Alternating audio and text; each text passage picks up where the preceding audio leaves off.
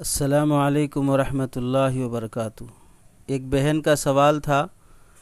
کہ nail polish استعمال کرنا شریعت میں جائز ہے یا نہیں ہے، اور اس کے استعمال سے وضو اور غسل ہوگا یا نہیں ہوگا۔ پہلی بات یہ معلوم رہے کہ نیل پالش میں اگر ناپاک چیزیں استعمال کی گئی ہوں تو ایسی نیل پالش کا ناخن پالش کا استعمال کرنا اور اسے ناخن پر لگانا جائز نہیں ہوگا۔ اگر اس میں ناپاک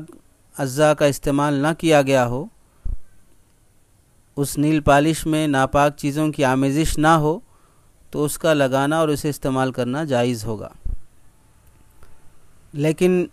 جس نیل پالش کی وجہ سے ناخنوں پر تہ جم جاتی ہو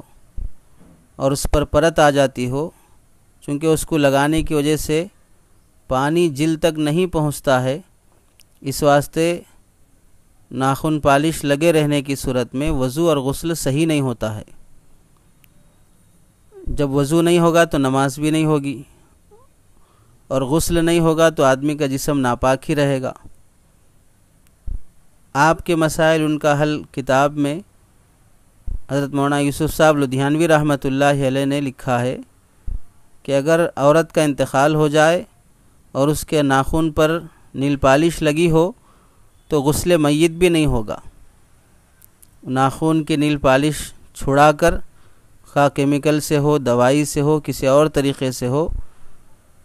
ناخن تک پانی پہنچانا ضروری رہے گا، تب جا کے غسل میت ہوگا۔ اسی طرح زندگی میں بھی اگر نماز فرض ہونے کی صورت میں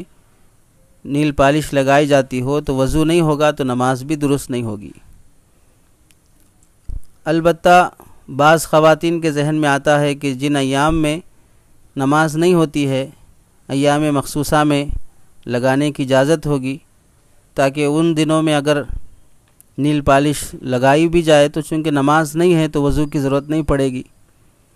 پھر بھی شریعت کا مزاج یہ ہے کہ ناپاکی کے ایام میں بھی ناخن پالش سے احتراز کریں، اس لیے کہ پالش لگا کر اس کو چھڑانا بھی ایک بہت بڑا مسئلہ رہتا ہے۔ اگر ذرا سا حصہ بھی چھوٹنے سے رہ گیا اور ایام ختم ہو گئے اور نماز کی حالت آ گئی تو وضو اور غسل صحیح نہیں ہوگا۔ اس لیے ایسے فیشن سے دور ہی رہنا چاہیے اور طہارت کی حالت کو مشکوک بنانے سے پرہیز کرنا چاہیے۔ زینت اختیار کرنا عورت کی ضرورت ہے، اس کے لیے مہندی کا استعمال کیا جائے،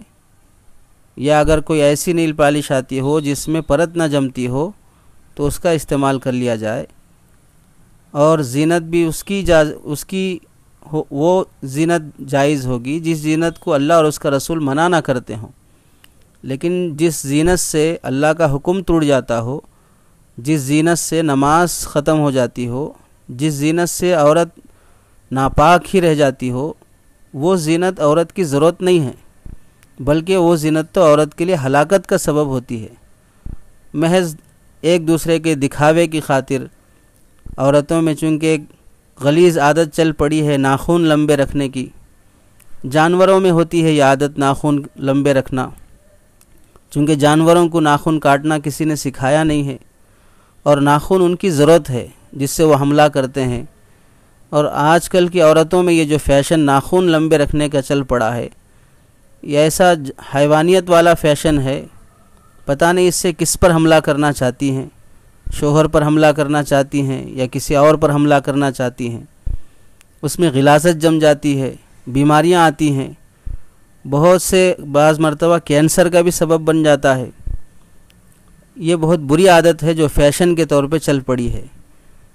تو ناخن کاٹنا اللہ کے نبی صلی اللہ علیہ وسلم کی سنت مردوں کے لیے بھی ہے، عورتوں کے لیے بھی ہے، اور جب ناخن لمبے ہوں گے تو یہ ساری خواہشات پیدا ہوں گی، اور جب ناخن چھوٹے رہیں گے تو پھر کوئی زیادہ فیشن کی ضرورت بھی نہیں پڑے گی، اور اگر ضرورت پڑے گی بھی تو جائز چیزوں سے فیشن کیا جائے، ناجائز اور ناپاک چیزوں سے فیشن کرنا شریعت میں جائز نہیں ہے۔ اس واسطے ناخن پالش لگانے کی صورت میں پرت جم جاتی ہو تو وضو اور غسل نہیں ہوگا، اس سے بچنا چاہیے، خواہ پاکی کے ایام میں ہو خواہ ایام مخصوصہ میں ہو، اس سے احتراز کرنا چاہیے۔